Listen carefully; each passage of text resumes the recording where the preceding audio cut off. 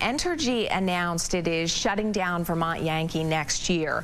Questions certainly remain about the nuclear plant's future. Why did Entergy choose to shut down over decades? And what is being done to monitor the environment around the plant during those years of decommissioning? Here's a look in this week's At Issue. Vermont Yankee is preparing to shut down next year, a process expected to take decades. Entergy had three options for its decommissioning.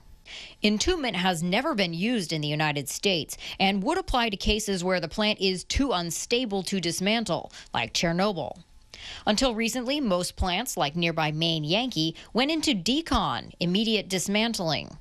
But SafeStore, which Entergy chose, is a newer option for plants that allows for slower dismantling.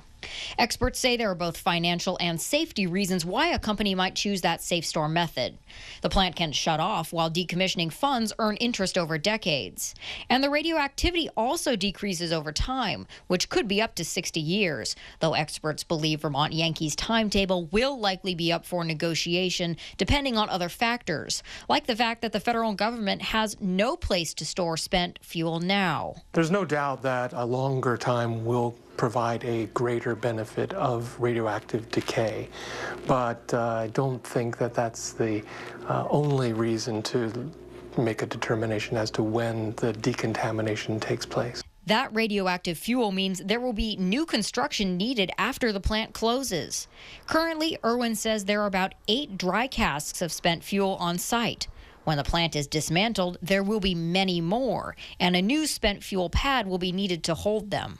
We will have reports sent to us here at the Department of Health that report the temperature of those casks and the radiation levels from those casks so that we can be among the first to know if there are problems there relative to their overheating or emitting excessive amounts of radiation.